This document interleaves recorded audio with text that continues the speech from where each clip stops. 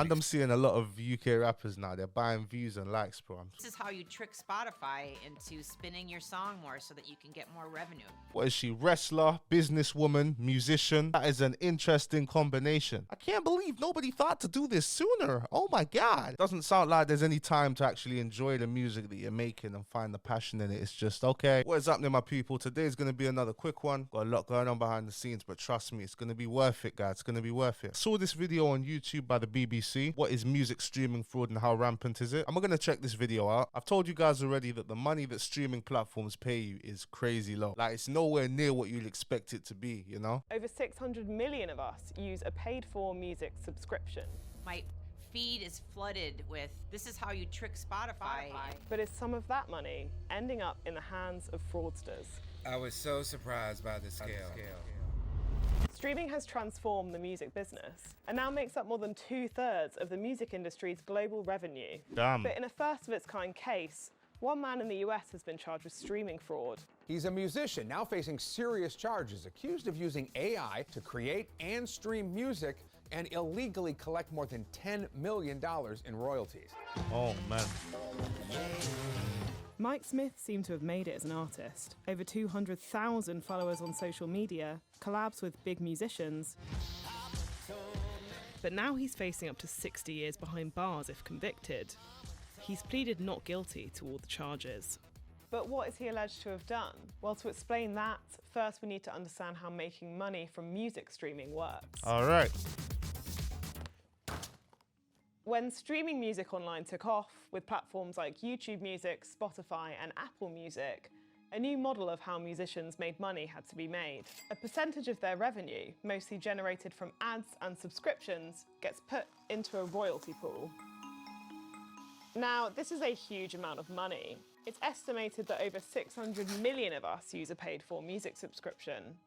For example, the world's largest music streaming service, Spotify, paid out $9 billion last year to music rights holders.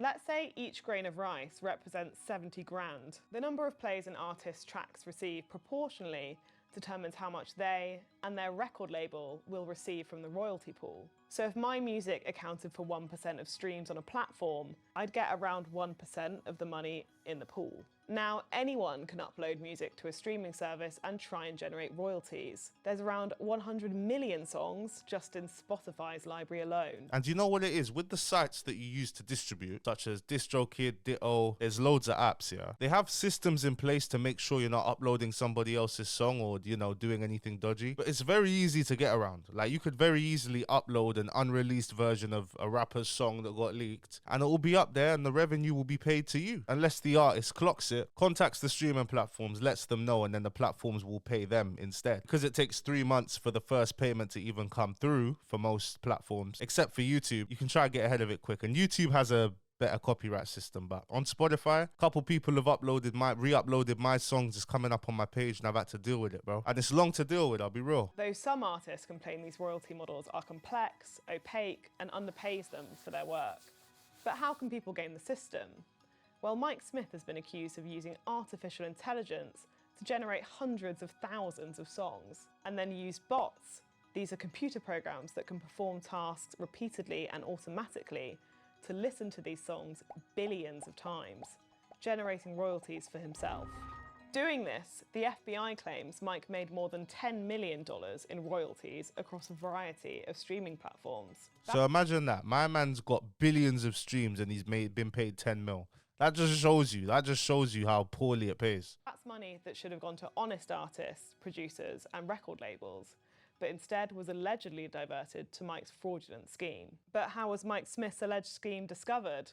Well, I've been speaking to somebody who thinks he might know the answer. When I saw his mugshot, it was like my screensaver for like 2 months. This is Jonathan Hay, a music publicist who's worked with some impressive names over the years. Whitney Houston, Rihanna, Nappy Roots, Twista, Kanye West's label, Eminem's label. Now, Jonathan started working with Mike from around 2012 onwards. He said that Mike had ambitions of becoming an artist and producer himself. So how did that relationship go? We started hanging out a lot. He wanted us to be producers, Smith and Hay. We started hanging out a lot. They wanted us to be producers, Smith and Hay. Mike suggested that we pay rappers, so he spent, you know, a couple $100,000 on getting us rap features. And everything with him was like 100%, you know, legit. And that's where we started developing the TV show One Shot. One Shot is coming. Ready for your All one right. shot? Each week, MCs move on. One will go home with $100K and a record deal. But eventually, in 2018, So they let these fraudsters get a show on BET. Oh my god. Jonathan sensed something sinister might be at play. Jazz singles that would chart one week as #1 would suddenly disappear the next. Some of the jazz people that I've known were like, that doesn't happen like that. It just went from 1 to 0. I'm like, Mike, what's going on? And do you know why that's suspicious? Yes, because for a song to go to #1 and come straight off the charts, like, it's very suspicious. Because for a song to go #1 and come off the charts, there has to be a huge drop in consumption. When if you've got this song that's come out, that's got #1 quickly, that's hot, that song just dropping off in terms of streaming numbers doesn't make any sense, because more people should be playing it, more people are going to be talking about it, more people are going to be using the sound on TikTok. And I'm sure for a lot of people, if you like a song, you're going to tell your friend about it, or you're going to play it around your friend, you know, you might send it to them. So that's another way to clock if artists are buying streams, you know, it's kind of obvious. For an album, it's not that suspicious, but for a single, it's very suspicious. He was like, I don't know, we lost like our radio. He always had an And I'm seeing a lot of UK rappers now, they're buying views and likes, bro. I'm clocking it, but. And I made a video about it, even though a lot of men are doing it, because it's a part of the game, you know what I mean? And you need to, it's a facade anyway, you need to sell that facade, so I hear it. But people are starting to clock onto it anyway, to be honest. And the ways to clock it are kind of getting harder, because they're now buying likes on top of views. One way to clock this is if you check the song a couple hours after it's come out, and then it's got like 100,000 views in like 2-3 hours, even though the song's not going viral on TikTok or Twitter or anything, and the Spotify streams don't make sense. And another way is the comments as well. It's quite easy to tell when someone's getting bot comments. It's even got to a point where guys will buy likes for comments, and then they'll have bots respond to comments to make it look real. But you can check the age of YouTube accounts now to see if it's been created 6 hours ago, which you see a lot of the time. I think nowadays people respect a song more if it's got like 8,000 views, because they've found this song that's cold, that's underdiscovered, that not many people are aware of. They want to be the first ones to show their guys, tell their friends. Like, they want to be part of something big. They want to be one of the early ones for this artist that they think is going to blow because this song's so cold and underrated. I think people respect that nowadays a lot more than inflated numbers that are very obviously fake. excuse. And then he did this Christian song, right? That's called Beautiful Day. And we were getting streams in like Vietnam and Pakistan. And it's like, okay, what? So then I talked to Mike about it. Mike was like, oh, it's just beta from Spotify. Then all of a sudden, all of our music started coming down. And I would get messages from TuneCore. Your music is taken down because of streaming fraud. Then Damn. DistroKid shut us down. Streaming fraud. Lander shut us down. Streaming fraud. Jonathan's shown me emails where he unsuccessfully tried to argue his case with the distribution companies, which are services that help artists get music uploaded onto streaming sites. He told me that at this point, he got the authorities involved. So I met with the FBI agent in Louisville, Kentucky. He was like, yeah, this is definitely something that we would be interested in. That's when Mike and I broke it off. It's been alleged that Mike's scheme ended up being much larger than what Jonathan suspected. In an email obtained by the FBI from February 2024, Mike is alleged to have boasted his activity generated $12 million in royalties since 2019.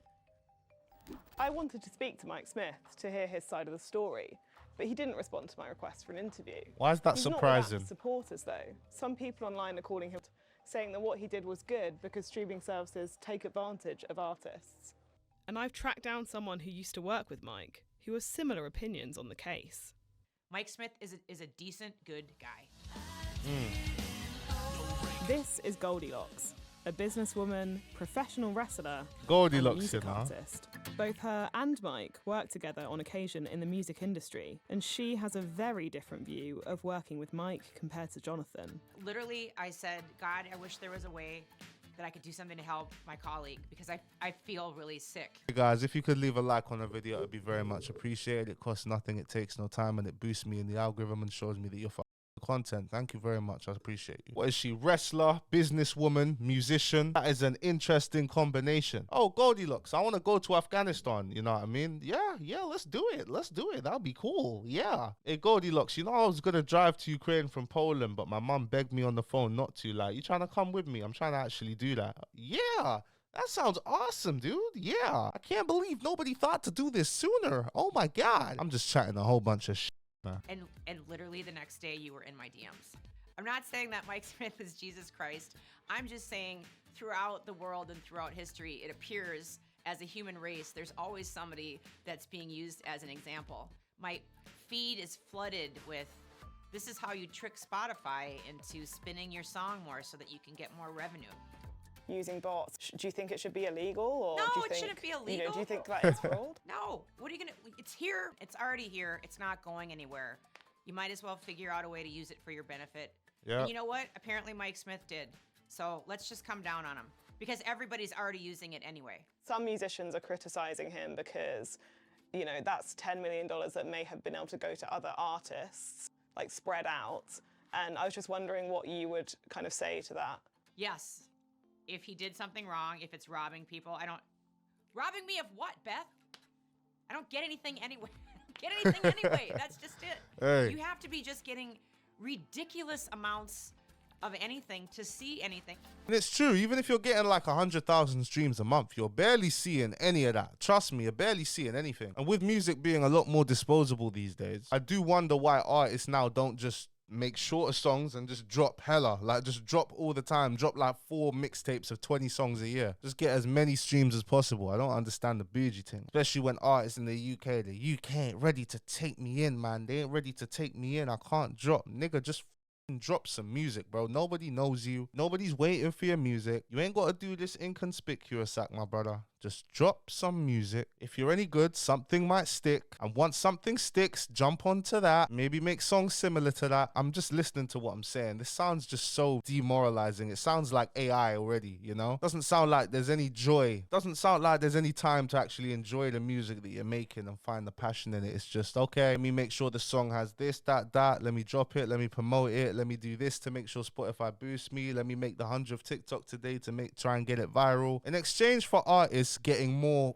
freedom from record labels, now there's just way more burden on the artist now. And it's not even about making good music anymore. It's just, okay, it's just, does the music that you make get streams on Spotify? Now, you'd think that the more plays your song has on Spotify, all these streaming platforms and YouTube, the better it is. But in my opinion, there's no correlation between quality of music and number of streams. You could literally go and make the worst song you can think of, and if it catches some motion on social media and for some reason people are taking a liking to it, and if for some reason people decide to stream it on Spotify, then labels will be interested in you. It's so strange. Goldie are unhappy with how little they're paid for streams.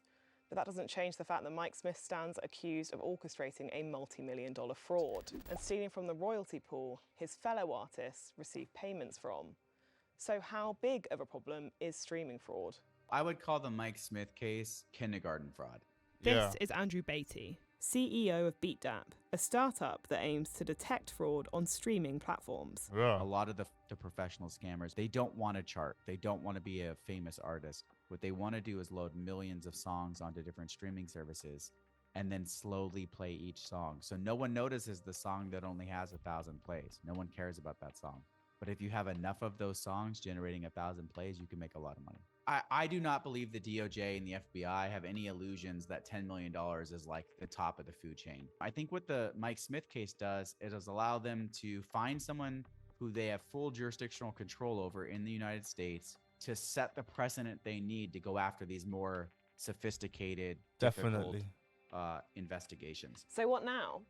Mike? Yeah, I think that guy got it spot on. If you're getting songs to the charts and that, there's way more eyes on you. If you have millions of songs out there and you get them to 50,000 streams slowly but steady over all these songs, all these audios, then you can clean up nicely, bro. Has been charged with wire fraud conspiracy, and money laundering conspiracy. Oh. These are all federal crimes which each carry a maximum sentence of 20 years behind bars. He's pled not guilty to all charges. We contacted... Bro, if I was you, I'll just leave the country, bro. You got 10 M's, just cut out the country, bro. It's not like you killed somebody, bro. If you just went in hiding in Dubai or something, you'd be fine. contacted his lawyers about the accusations in this piece, and this is what they told us. The indictment is an accusation, and he has not pled guilty to any of the charges. Much of the conduct the indictment alleges, as many articles have reported, has been widespread in the music industry for years. Yet, this alleged conduct has never been criminally prosecuted under these statutes before. This Bro, the labels do this themselves. is a unique case, and Mr. Smith looks forward to addressing these novel charges in court. You guys want to know something? Do you know Spotify Discovery? A lot of you guys might know it, but back in the day, in 2020, before I did a deal, they were bragging about access to this tool called Spotify Discovery that is now available to everybody, but back then, only certain labels had access to it. And they put my songs in Spotify Discovery, and it was like a cheat code, bro. It was crazy. Like, my streams ended up like quadrupling in a couple of months. It was mad. The only issue with Spotify Discovery, I think they only pay you 60% of the money per stream instead, because Spotify Discovery pushes your songs in Spotify's algorithm. So if somebody's listened to a song, the song's finished, they haven't got another song queued up, but they're listening in the genre that's the same genre as yours, it increases the chances of your song being played next. If he is convicted, how could this case impact the music industry? We contacted Spotify. They're one of the streaming services Mike is alleged to have used to commit streaming fraud. This is what they told us. Spotify invests heavily in automated and manual reviews to prevent, detect, and mitigate the impact of artificial streaming on our platform. They claimed only a small On our proportion of the platform. royalties paid to Smith came from them. And we can't be sure which platforms Mike Smith may have focused on. But Jonathan is feeling positive about how the case may make waves in the music business. I think it's wonderful. It levels the playing field. We're learning about it. We finally have some rules for the first time in music history.